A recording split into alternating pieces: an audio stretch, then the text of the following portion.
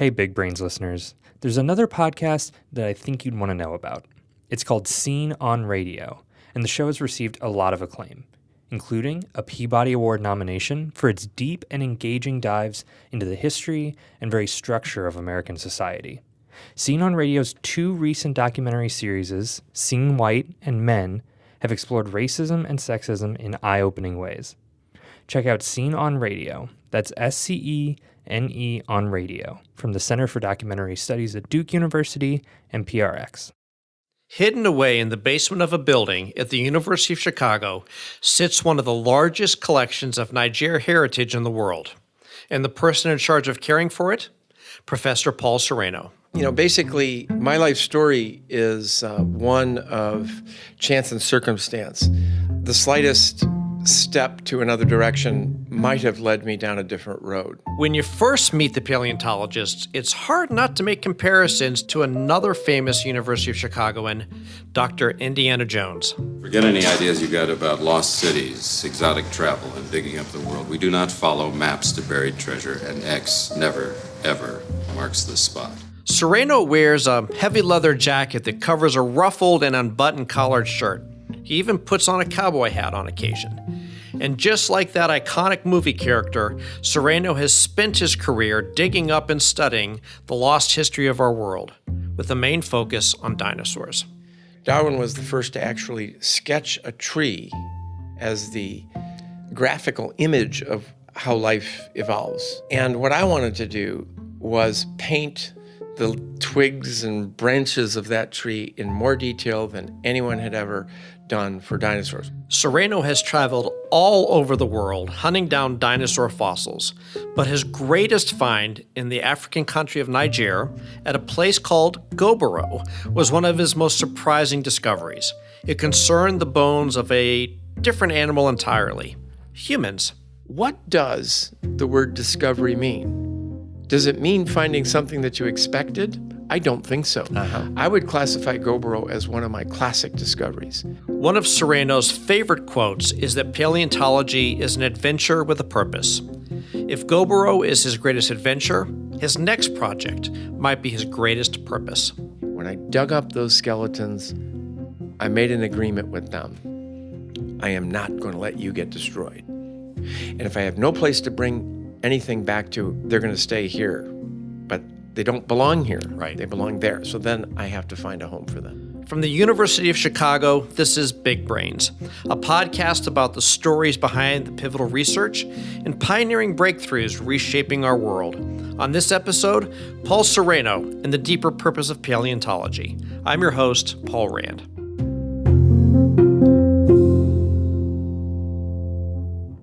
Many of us remember our first trip to a natural history museum, the mysterious tug of connections to our ancient ancestors, the awe and grandeur we felt standing underneath those giant dinosaur skeletons.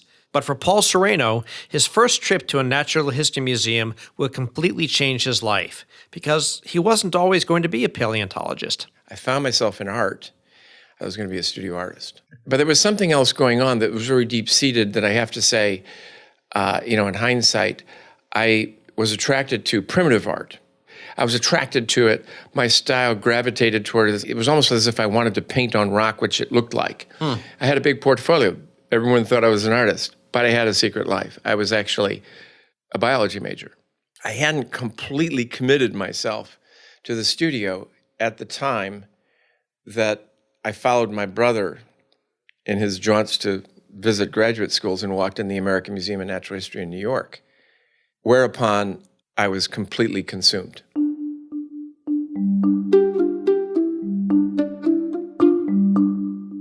And it would take me even a long time to fully understand what impacted me so much, because I wanted to understand it a little bit more as, I saw artists and I saw scientists and I saw biology and I saw geology and how, you know what it was? It was the adventure and creativity of science.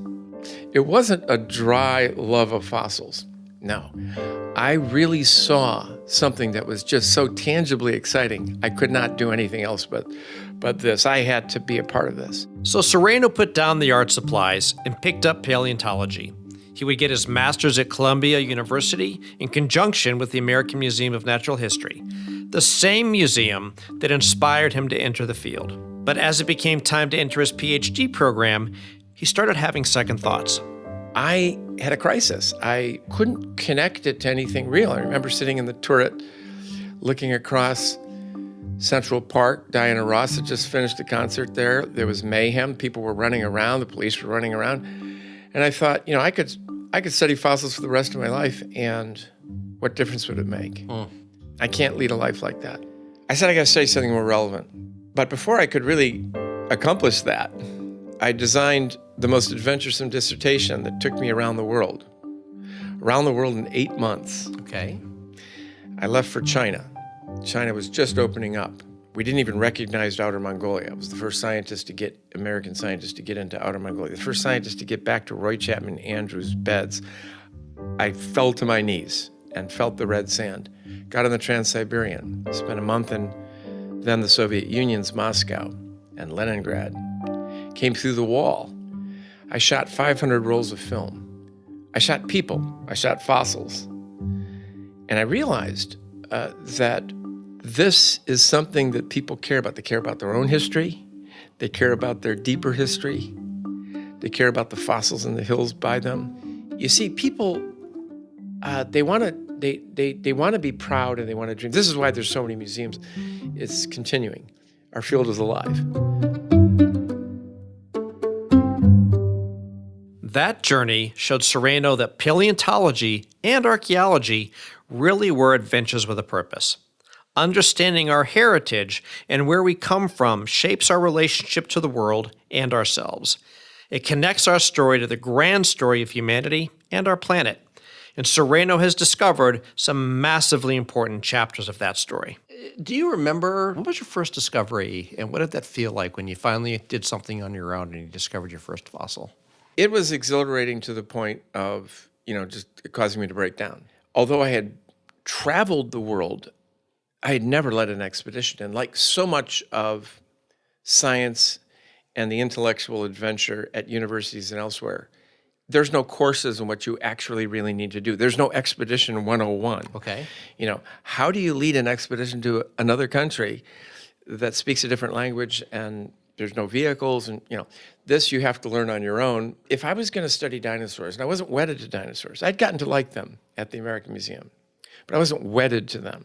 And I felt, okay, if I'm going to study this group, I'm going to start from the beginning. The beginning is in South America.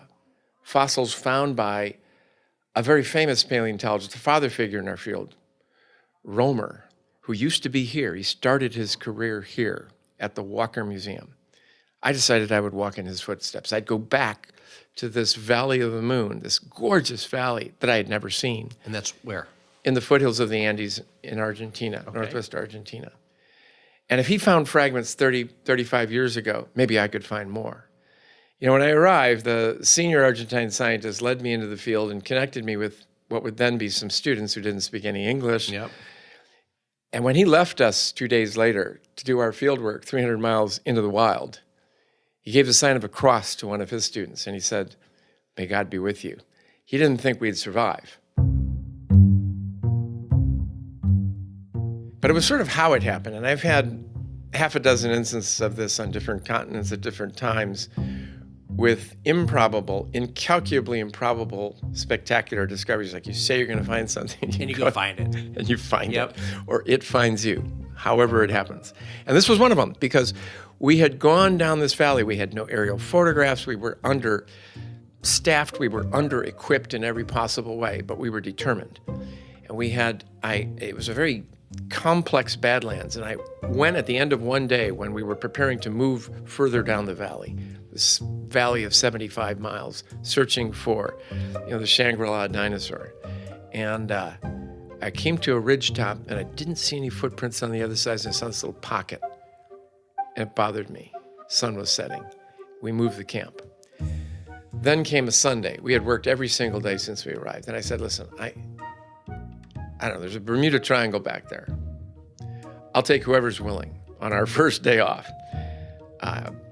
2/3 of the team came. Set my backpack down when we got to this spot, driving backwards to check a spot that something was there. and I walked up to it, which was the first skull and skeleton. And I screamed, and everyone heard it. And they thought, okay, either he's fallen off something or he's found it.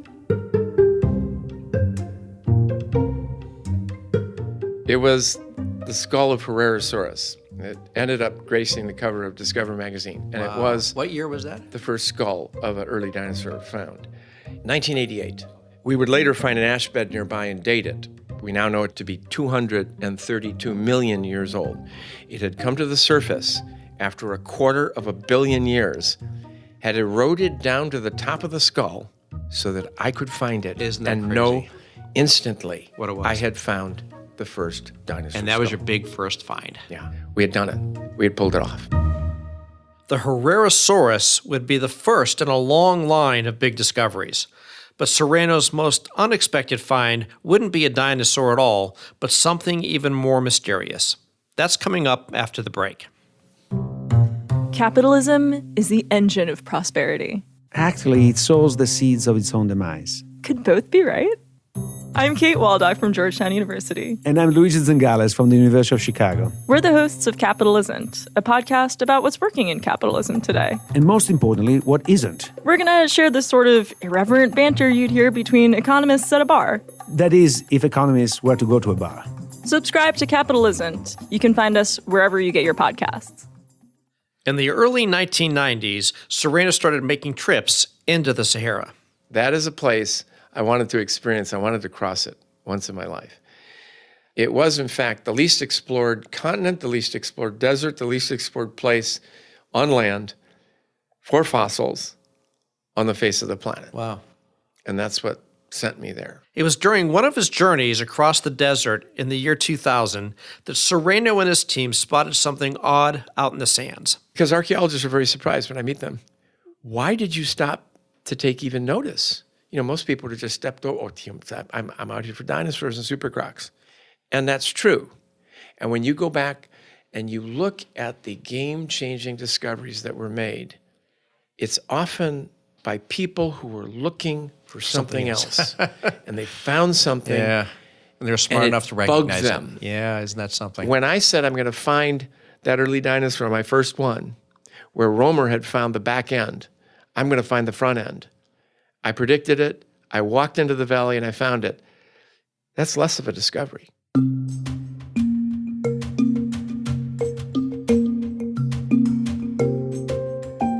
Well, while wandering out looking for dinosaurs, I bumped into some fossil humans. And these were so well preserved and so exquisite. In different rocks, they were in what we would call paleodunes, so they were in old dune. They weren't even hard rocks, but they were completely fossilized. I knew very little about the archaeology of the Sahara. Now, we knew that there were humans there. We've picked up the little pottery pieces here and there. But it's a different story when you stare into the eye sockets of a human and you look around and there's another one over there, there's another one over there. We had stumbled on something. Now, I didn't know how uncommon it was. I didn't know how old it was. And so I came back to the University of Chicago and went to the library to find out. And I couldn't find much of anything.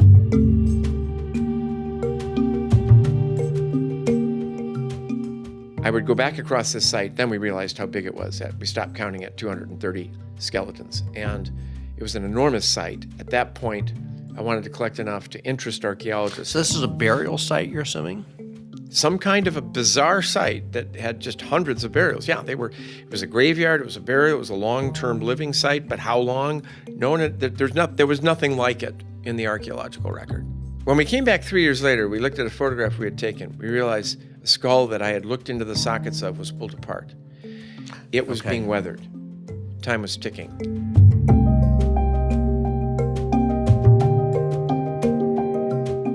And so I soon began to realize that this site was adopting me. I couldn't let it weather away. It was too important. And I diverted my research into archaeology. How old do you feel like these skeletons were? To my tremendous surprise, the site had humans that were 10,000 years old. Wow. But it also had humans that were 5,000 years old and 4,700 years old, and they were buried Side by in side. proximity. So to try and wrap your head around this is the 5,000 years, 10,000 to 5,000 years ago, that preceded the laying of the Egyptian stones to build the pyramids, which happened about 5,000 years ago. It would be equivalent to you finding your grandfather's burial next to Tutankhamun. That's how much time was at this site that we had discovered in the middle of the desert. So no one had ever found a site. That presented us with a massive riddle, which took us a while to figure out. Why would Gobero exist for 5,000 years? Incomprehensibly long compared to any other site that had been found before, which is a matter of 100 years or 200 years. We learned, first of all, we put faces on the people of the Green Sahara. We have known since the ice melted and departed from Chicago and lots of places in the world, and the retreat of the glaciers 10,000, 12,000 years ago, that climate change, a normal and natural big cyclic climate change. After that climate change, the largest and for the longest time inexplicable climate change on the face of the planet was the drying of the Sahara.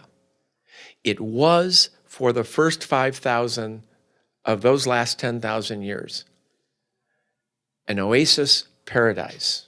And 5,000 years ago, with one blip in between when it feigned drying up and then came back again, it was where the action was.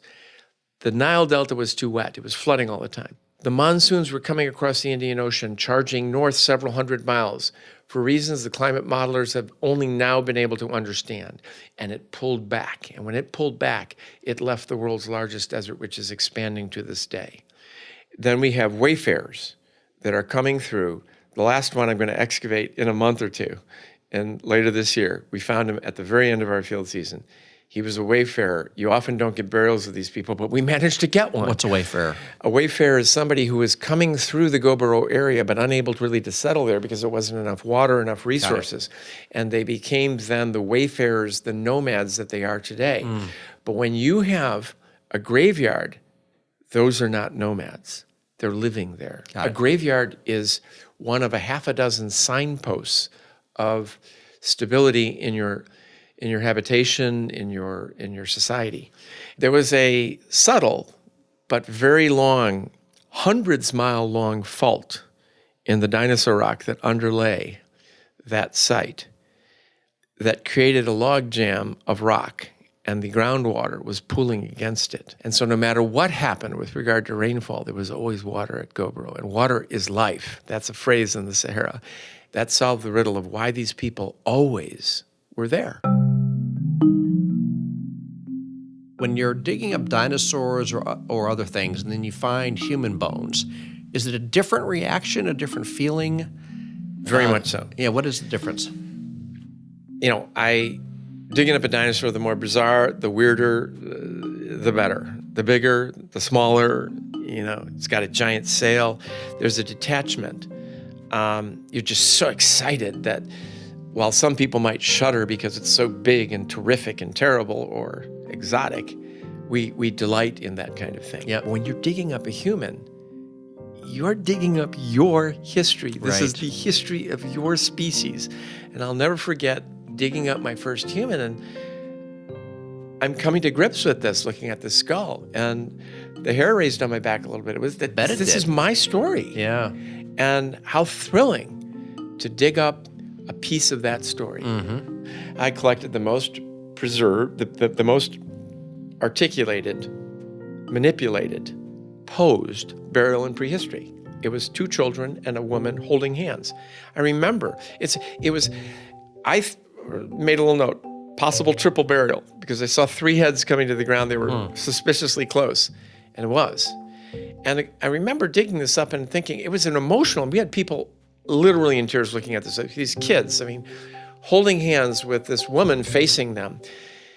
And should we be the only people to see this? And then we're going to, like every other archaeologist, pull these bones apart, even though I didn't know what was underneath them, and then put them in a shoebox.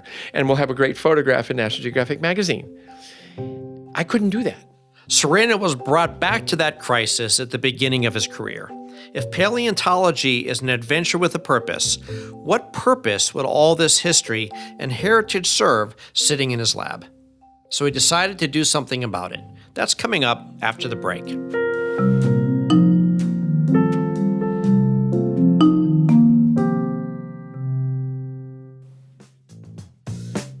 If you're listening to Big Brains, there's a good chance you consider yourself a lifelong learner. However, you may not know about the University of Chicago's Graham School and its focus on continuing liberal and professional studies. For more than a century, Graham has been a destination for lifelong learners. They offer courses online and in the classroom, bringing the transformative education UChicago is known for to students of all ages.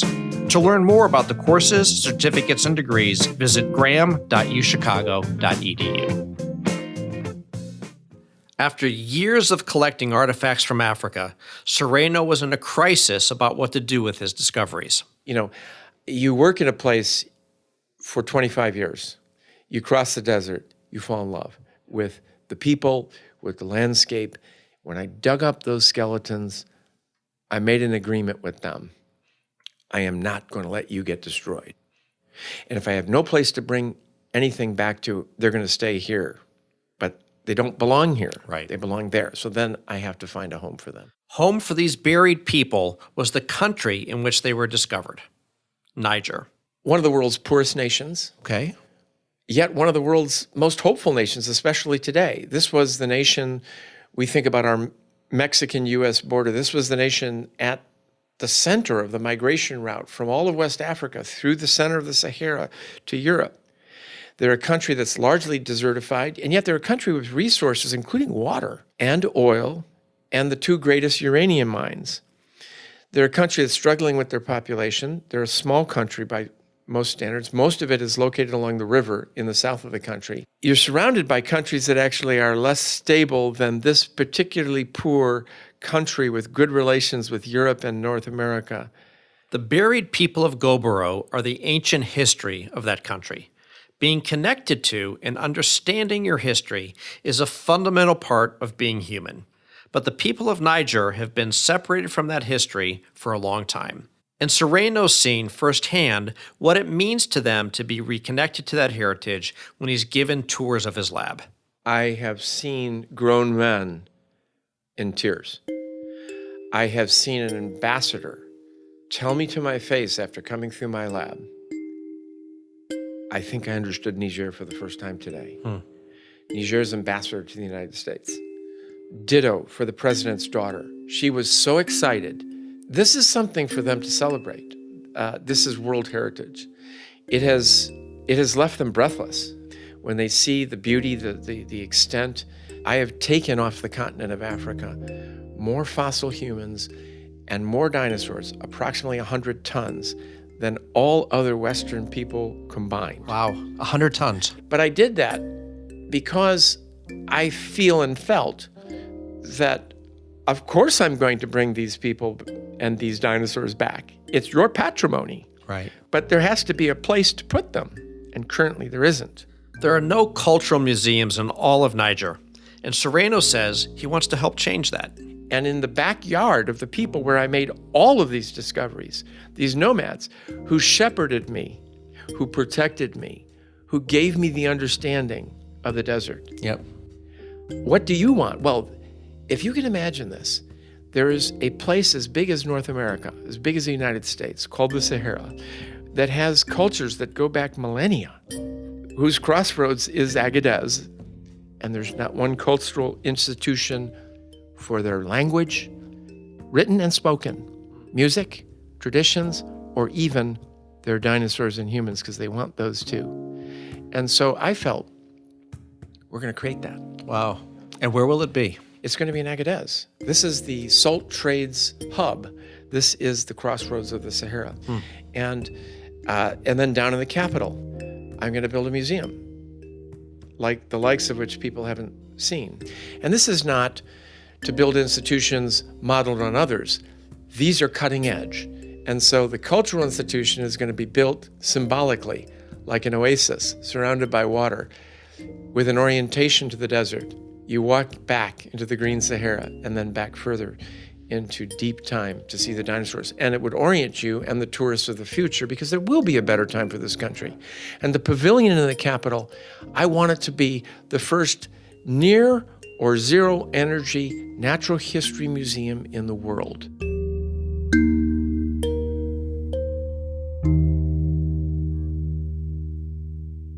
Where's this? Is it on the drawing board at this stage? No, beyond the drawing board. Beyond the drawing board. I've been working with local and Nigerian and Chicago's very talented architectural pool for the last decade to come up with these ideas. My gosh. Yeah. So both of those are together. We're going to launch a website in a month. In a month? Yeah. They're called Nija. We've been working on it for a while. We brought 20 at the Neubauer Collegium here on campus. They funded this very unbelievable project, which I dubbed Niger Heritage. They brought 25 Nigerians, from architects to artisans to prime ministers from electronically from Niger, to meet counterparts here to concoct these institutions and projects which I really do believe will be globally trend-setting. And it will change the way people think about building museums. To have that, where do you think you'll start, shovel in, and how long does it take? Optimistically, we have a budget, and we are talking to the IMF, to the Defense Department, to the university folks, to everyone to come together to make this a reality with a shovel in the sand or in the ground in 2021.